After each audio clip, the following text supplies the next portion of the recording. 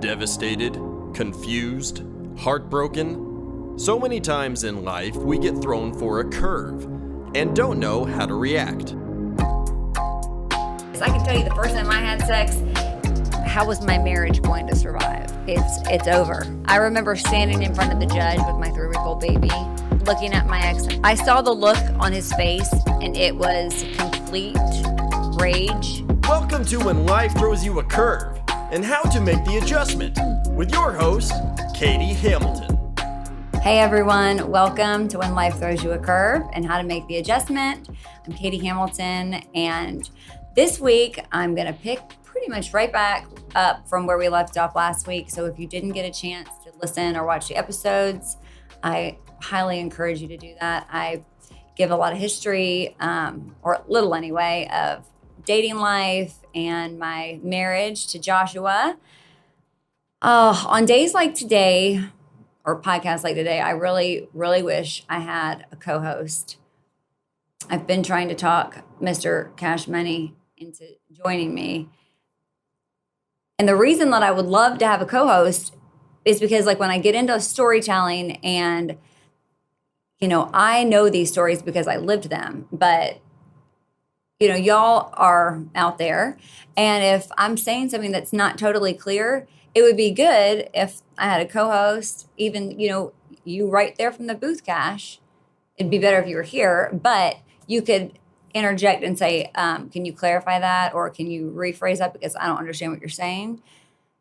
So if I lose anyone, feel free to write me and just let me know. And so I can, really do want to clarify these stories. And there's so many upcoming.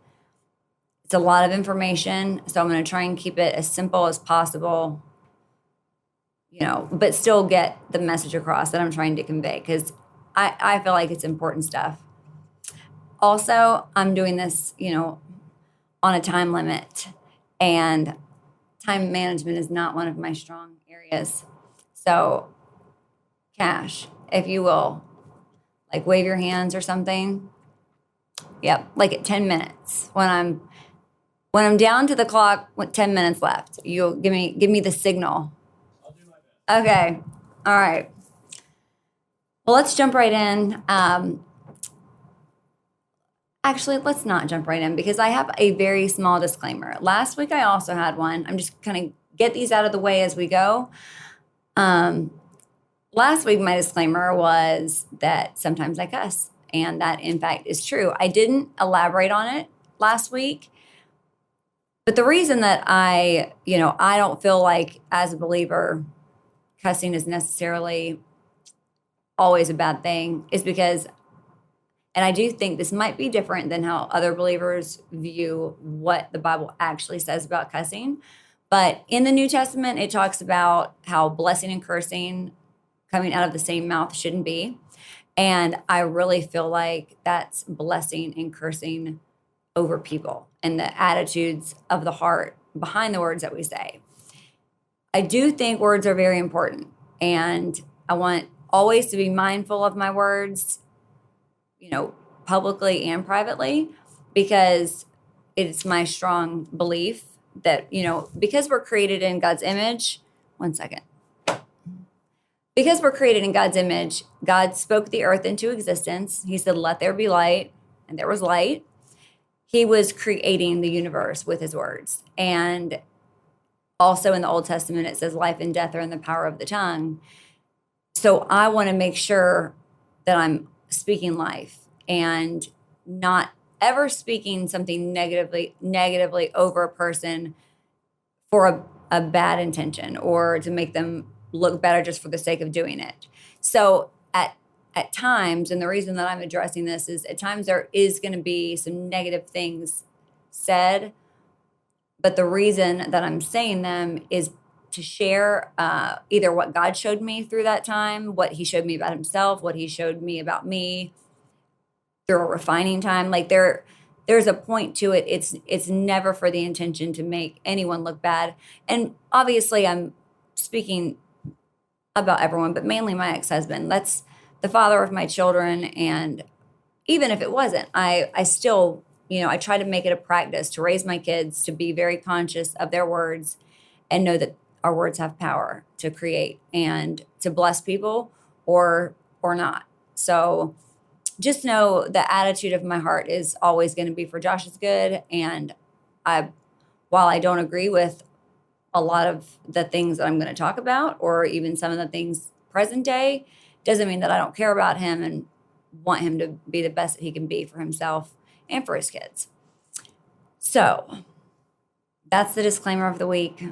Let's get to it, because I got a lot of ground to cover and I know the clock's ticking. So last week we left off. I had just gotten married, had a very eventful, very memorable 2-night stay in Siler City. And it's November, so the holidays are coming up. And I was so excited to just for my first experience as a married woman to, for the holidays, lots of family time, family gatherings. And Josh and I used the money that we would have spent on the wedding to put as a down payment on a house. So we had just bought this beautiful home. It was my first time buying a house. And I think most women like to put their womanly touch or their fingerprints or whatever you want to call it on the home. And I was especially excited to really make this house feel like a home for me and Josh and Julia. And, I was very excited. It seemed like so much good stuff was happening. So Thanksgiving comes and, I'm like very aware of how grateful I am, as we usually are on Thanksgiving. And just like truly thanking God for everything that he's allowed to have happened in my life in such a quick, it's been a whirlwind of, a few months. It was 4 months ago from this time that I started dating Josh again. And, we got engaged, got married. And I decided that, okay, I'm decorating this house. I really want to put, some things in it that I think Josh is going to like and enjoy.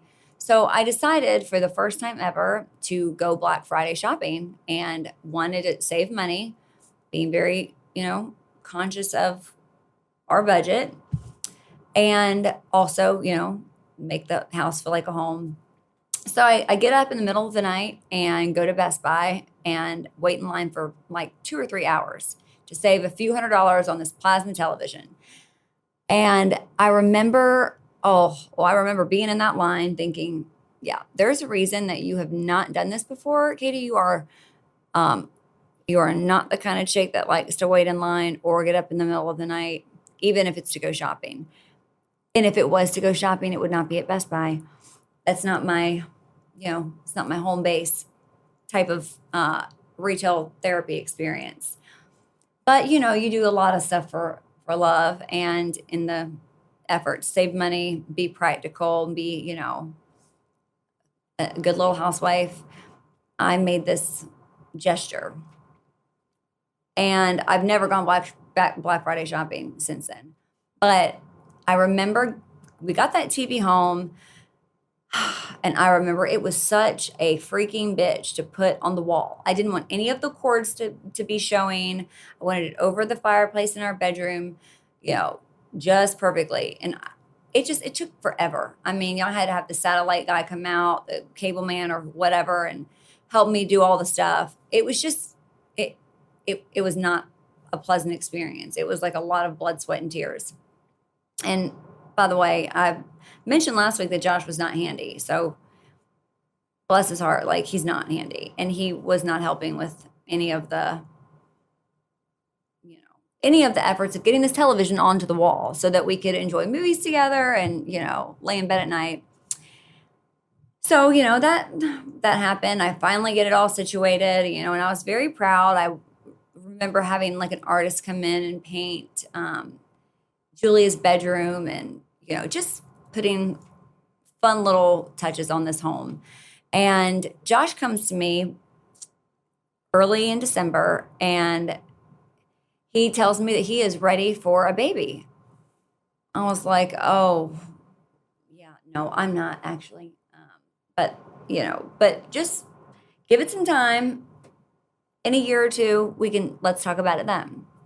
He was like, no, I remember I told you I wanted 4 kids, and he did. He did tell me he wanted 4 kids the first time that we dated.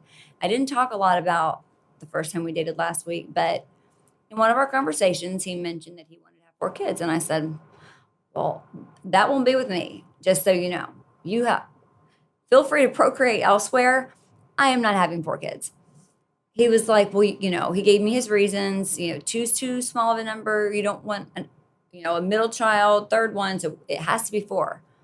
I was like, not it, not doing it. So by the way, for those of you that don't know, I have 4 kids. But I told Josh, I said, you know what? I've actually done that before. I've had a baby, and it is a lot of work. I was not one of those women that liked pregnancy. It was a labor of love, the whole thing, all of it. Joshua's part, obviously, is the fun part, but then he gets to, would get to take a back seat for the next 9 months. And then, all the breastfeeding, sleepless nights, just the thought of it was like exhausting me. And I said, I'm sorry, I can't, but let's revisit this in like 6 months. Well, he was not letting it go. And I talked to his mom, and I was like, Josh really wants to have a baby. And she's like, well, she said, don't you think it's a little soon? I'm like, yeah, we've been married for like exactly a month and 2 days. And he just wasn't going to let it go. So I said, all right, buddy, I'm going to give you one shot. You get one night. If it doesn't happen, we don't talk about it for at least 6 months. But in my mind, it was going to be like 2 years. Well, he did not miss. He made it happen. And right around Christmas time, I find out that I'm expecting our sweet Sierra Elise. I could see the wheels in Josh's head turning as he's like trying to talk me into getting pregnant. He kept talking about these SUV vehicles and pointing out this one in particular, which I didn't know why he was, I hadn't put all the pieces together yet, but he was really like planting the seed that he wanted me to get pregnant. And sure enough, like he surprised me with this new Toyota Sequoia for Christmas, which I didn't ask for. And I would never have asked for a car as a gift, but it was very kind. He also didn't know that I don't like surprises at all. But I mean, it was very sweet. It was very, very sweet of him. But for the record, I don't like surprises. Like, and if I really want a gift, then I will tell you, or I will just go out and get it. But, I'm thinking, okay, there's like a lot happening. And, I was so grateful, but it just seemed like, it didn't even seem like so much. It was so much stuff happening, within a span of less than 6 months. And I was really excited about it, but there was this feeling in my heart that I couldn't ignore. Like it got to the point where I just felt like something bad was going to happen, because surely like this is too good to be true. And you know what they say, if it's too good to be true, like, well, it probably is. And I remember in January, so I'm 2 months pregnant. January rolls around, it's towards the end of January, and I asked my parents if they wanted to keep Julia, and I wanted to like surprise Josh and just like have a night with him.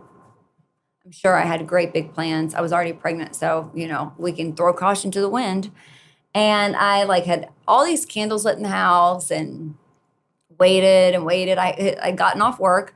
Oh, by the way, I don't know what made me think about this, but shortly after we got married, Joshua calls me at work and says, because just one of us worked. It was just me. He was like, so what's for dinner tonight? I was like, oh, I don't know. What sounds good to you? And he was like, oh, no, I just wanted to know like what you were making for dinner. I was like, what? I'm thinking, what the hell? Where was this chatter when we were dating? Again, 4 months, not that long, not long enough. So I called my mom and I was like, he wants me to make him dinner.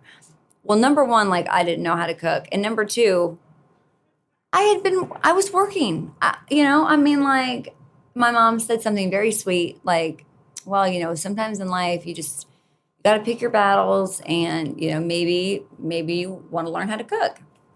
I was like, no, I don't. I don't want to learn how to cook.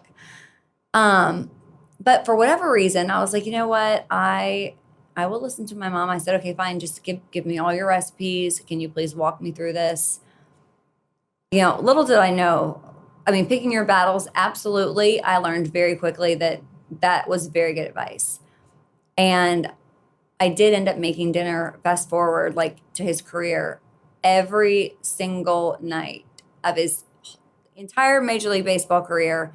Like every home game, I've made dinner for our family at 11 o'clock at night or sometimes midnight. And we'd eat it all together because I wanted us to have that experience. So, like I personally was making a lot of changes and I was very aware, obviously, that I'm pregnant. And, my mom said, sure, I'll keep Julia. So I just wanted to, show Josh that I appreciated him and, have a sweet night alone. So I had waited and was waiting. I had gotten off work. I think that's what reminded me about dinner. Made dinner. Hadn't heard from Josh. I called his mom or his parents' house. He wasn't there. He didn't have a cell phone at the time. And like the hours just keep ticking. And, when you're early pregnant, you're very tired, very, very, very tired. And before I know it, it's like 10 o'clock, 11 o'clock, midnight. I have no clue where he is. Like I've called my parents. I'm actually getting very, very worried about him. I'm thinking, okay, maybe he's been in an accident.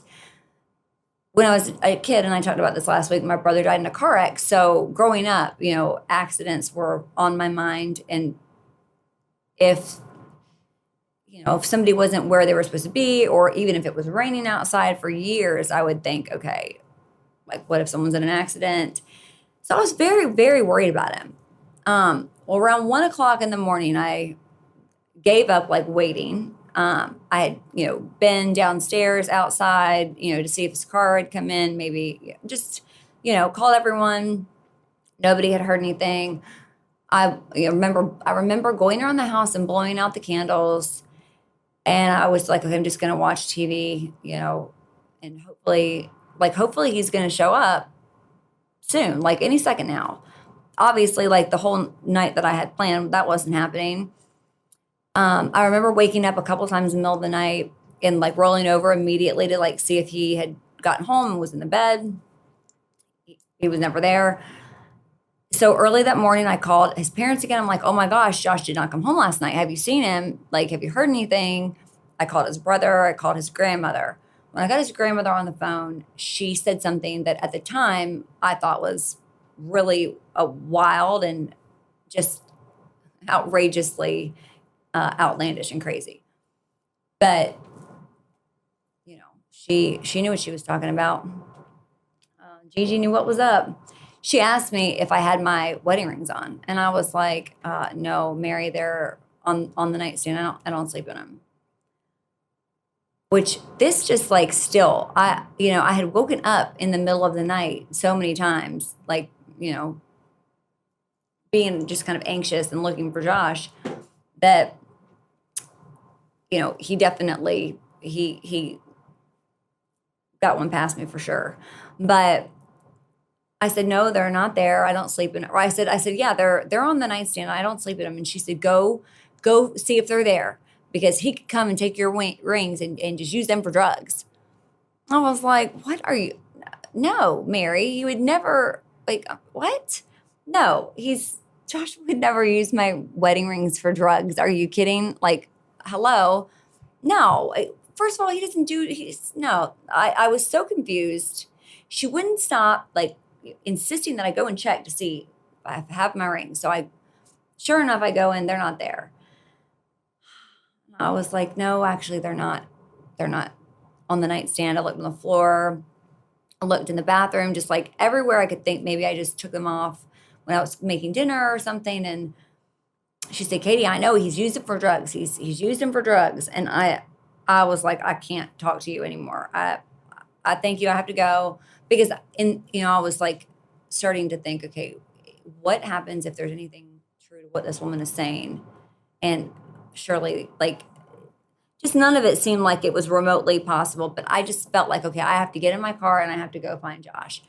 I have no idea where I thought I was going to find him, where I thought I was going to go drive and even look, but I got in my new car and within, I don't know, 2 minutes, I see that bright red truck heading towards our house. And I slammed on my brakes and, I'm like, hello, like, oh, I'm glad you're okay. I was very worried about you. By the way, is there any chance you took my wedding rings and pawned them for drugs? And he said, no, I didn't pawn them. I just let somebody hold them. I said, what? What does that even mean? I was like, you did? Are you saying that you did? He was like, I just let somebody hold them. I said, for drugs? He was like, yeah. I mean, just admitted it to me, right? Just like that. I'm like, what the freak? What? I said, go home. Please go home right now. Please go home right now. I will see you there in a second. So he goes home, and of course I follow him like right on his ass, not letting him get out of my sight. And I'm trying to keep my composure because I want to find out if he knows this man that has my rings and where I can find him. I said, do you have his phone number? And he did. He had his phone number. And so I said, well, I'm going to call him. I'm going to call him and get my rings back.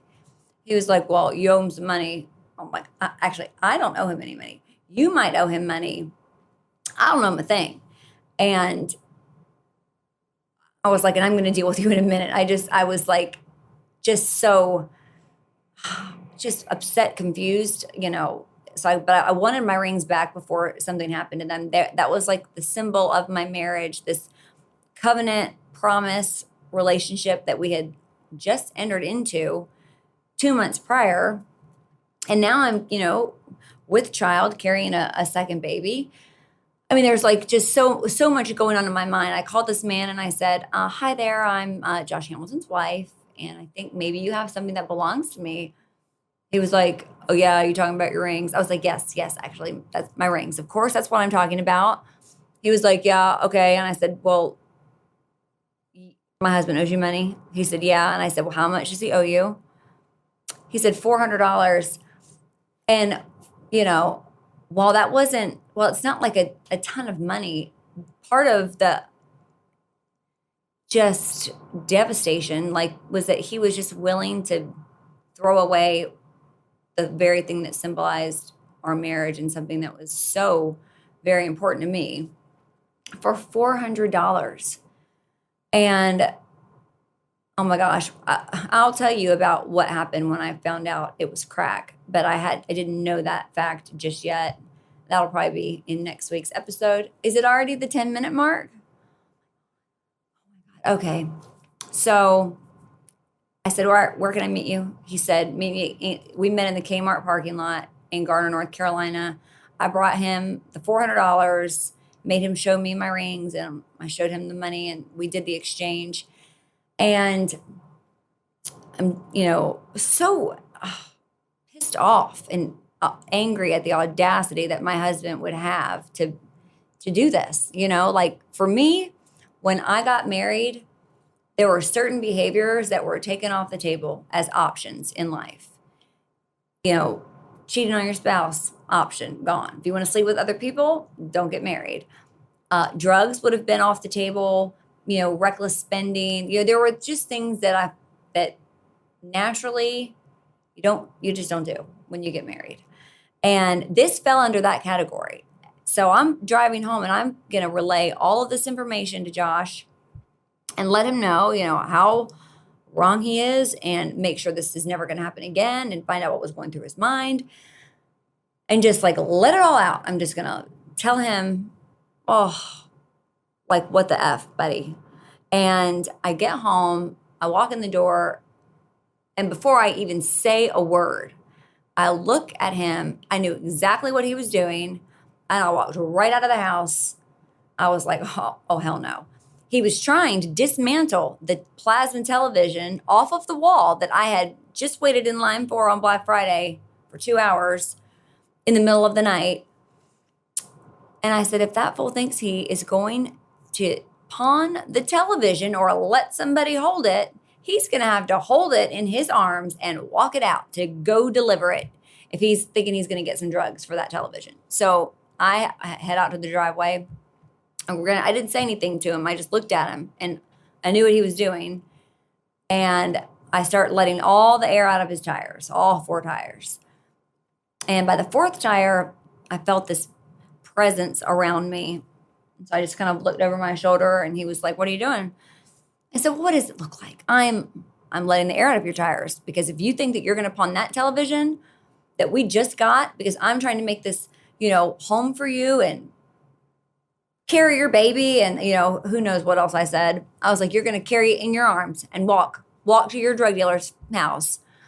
And, he didn't say anything to me. And I actually took his car keys too, which I remember doing a lot. I took his keys a lot over the years and hid them. But when I finally kind of calmed down and could think, I knew, number one, I was way out of my element and over my realm of experience. When his grandmother said the word relapse, I was like, well, relapse would mean there's a drug problem, and that's a problem. I only had experience with my Uncle Dale, really, with drug addiction. Well, it wasn't addiction, it was addiction. He was on heroin for 30 years. But for me, if you weren't like my Uncle Dale, you weren't a drug addict. So I thought the word relapse was, extensive or heavy. But I, at this point, I think I don't really know what to think. I don't know if this means our marriage is over, but now I'm pregnant, but now we just bought this house. Asking all these questions and just realizing that I have no answers. I have no answers. I have absolutely no idea what to do, how to handle this. But I definitely knew how to pray. And it had been about 6 months prior, I really started kind of coming back to the Lord and my faith. It's not that my foundational truths ever changed or my belief systems, but for the previous few years, I wasn't really acting or behaving entirely in line with what I knew to be true in my heart.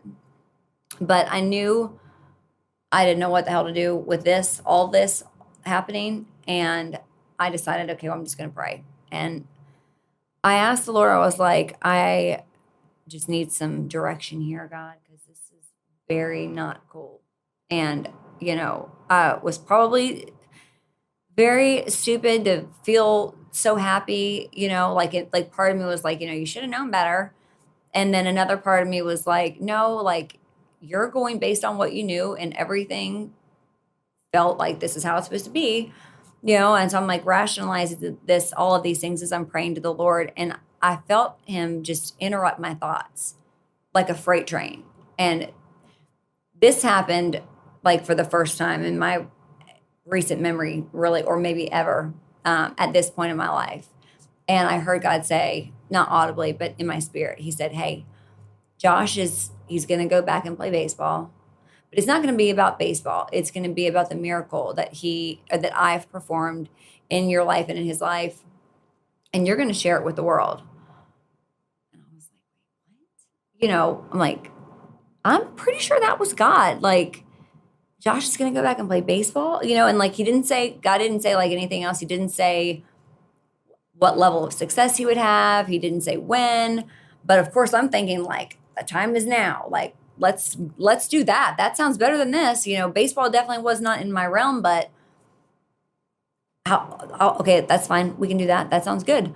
So I'm thinking way more than baseball. I'm thinking, oh my gosh, I just heard from the Lord. And I couldn't wait to tell my husband, I wanted to share this exciting news. I thought maybe it would encourage him. I thought, maybe it would, if he was, in his mind at all, still thinking that drugs were going to be an option forever again down the road, forever and ever and ever. That, by the way, they're never an option. Is what I was thinking. And I told him that. But hey, I also heard from God, and you're going to go back and play baseball. And we're going to share with the whole world this miracle that God performed in your life. And I just said it all. I just said it right out there. Not thinking for a second how it might come across. And I remember he just looked at me like I was a lunatic, probably exactly how I sounded. And I was like, doesn't even matter. Doesn't even matter that he doesn't care. I know I heard from God, and I'm just so excited. And, obviously God knew what I needed in that moment to just want to stay in it and to have hope. When you feel like you don't have any hope, it's a hard place to be. And I'm so glad that God interjected and interrupted my thoughts at that time, because I needed a word right then. And that's the word he gave me. And I was bound and determined to hold on to that promise. And it didn't matter to me if Josh agreed or didn't agree, or believed me or didn't believe me, but I just couldn't wait to see how God was going to work it all out. And I was excited to see Josh play baseball if that's what was going to happen. And I thought, okay, Katie, you can do this. This is something to look forward to. You've got your game face back on. That mini crisis that he had it's over, and you're not going to have to mess with that anymore. It's go time. You keep doing what you're doing. Be a mom, be a wife, do your job, and it's all going to work out. That's just it's all going to work out. It's going to be fine. And things got very eventful, as I will elaborate on some more next week. But for this week, in this moment, I was very, very thankful that God spoke, and I was so hopeful about what he shared with me. And again, I thought, hey, you know what? This future is going to be really bright. And I'm so excited to see, what God does in our lives, and this miracle that he just, told me about. So I hope you guys tune in next week. I have a lot more to the story, and I hope you hang on for the ride, because it's a wild one. Come find me on social media, on Instagram and Twitter at Katie Hamilton 32, on Facebook at Katie Hamilton, and at When Life Throws You a Curve 32, and on YouTube at Katie Hamilton.